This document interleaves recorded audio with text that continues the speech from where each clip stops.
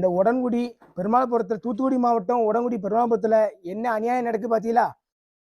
இது என்ன பிரமாதம்? இது விட பெசலைட் ஒண்ணு இருக்கு. தெருவு அவ்வளத்தையும் ஆக்கிரமிச்சு வாங்கி எல்லாமே இது பண்றாங்க. நீங்க எல்லாருமே பார்த்திருப்பீங்க. நம்ம என்ன வேலையா செய்ய போறோம்? சும்மா பார்க்க போறோம். இருக்கட்டும், அதுக்கு நம்மளுக்கு என்ன சம்பந்தம்? ஏன்னா அவ்வளவு மோசமா பண்றாங்க. நான் வீடு என்னுடைய வீடு பூரியமான வீடு இருக்கு, அது இருக்கு. கோயில வந்து தெருவையும் இதையும் ஆக்கிரமிச்சு கட்டுறாங்க. கேட்க போனாச்சுன்னா இந்த பிஜேபியில இருந்து எல்லாம் கூட வந்து எனக்கு இந்த கட்சி நான் கட்சிலாம் எதுவுமே எதிர்பார்க்கல. என் பிஜேபி கட்சி வந்தாலும் சரிதான், எனக்கு காங்கிரஸ் கட்சி வந்தாலும் சரிதான், எனக்கு ஏடிஎம்கே கட்சி வந்தாலும் சரிதான், எனக்கு வந்து திமுக கட்சி வந்தாலும் சரிதான், எனக்கு புதுசா எந்த கட்சி வந்தாலும் சரிதான், கட்சிக்கெல்லாம் நான் எதுக்குமே நான் இது பண்ண கிடையாது. ஆளை பார்த்தா டம்மி பீஸா இருக்க, பயங்கரமான ஆளா இருக்கேடா.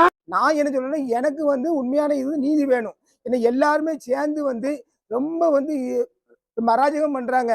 பண்ணிக்கிட்டு ஊர்ல ஒரு தனிப்பட்ட 2 நபர் இப்படி கேட்ட நாங்க 2 பேரும் பெரிய ரவுடிங்க இல்ல, எங்களுக்கு எந்த நேரத்துல எந்த ரூபத்துல எப்படி ஆபத்து வரும்னு சொல்ல முடியாது.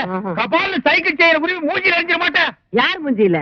அவன் மூஞ்சில் நான் எறிவேன், என் மூஞ்சில் அவன் எறிவான். அதானே. இந்த கோயில வந்து நான் நிப்பாட்டுன்னு சொல்லவே இல்லையே. நான் இப்ப எல்லாம் சொல்றேன், கோயில வந்து நிப்பாட்டுன்னு சொல்லவே இல்லை. கோயில நிப்பாட்டினது பஞ்சாயத்து, பேரூராட்சி கோயில கட்டக்கூடாதுன்னு பேரூராட்சி நிப்பாட்டு சொல்லி. Madam stop stop stop please please madam madam please help me madam madam please please இருக்காங்க. கோயிலுக்கு இதுக்கு எந்த சம்மந்தம் கிடையாது.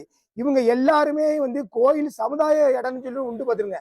ஊர்ல சமுதாய இடம்னு உண்டு. அந்த சமுதாய இடத்துல வந்து எல்லாருமே வந்து பத்திரம், கள்ளப்பட்டா இது இது எல்லாருமே போட்டு வச்சிருக்காங்க. என் வாழ்க்கையில எங்க பரம்பரை தெரிஞ்சதெல்லாம் நேர்மை, கருமை, ஏர்மை.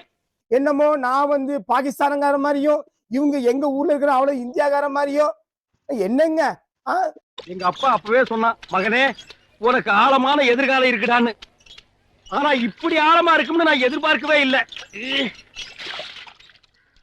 ஐயா அப்படி நீ நான் பாய்தானே என் மேல குண்டை போடல. வர்றேன் பூரா மொத்தமா என்னையவே குறி வச்சு நான் போயிட்டு போடுறேன்.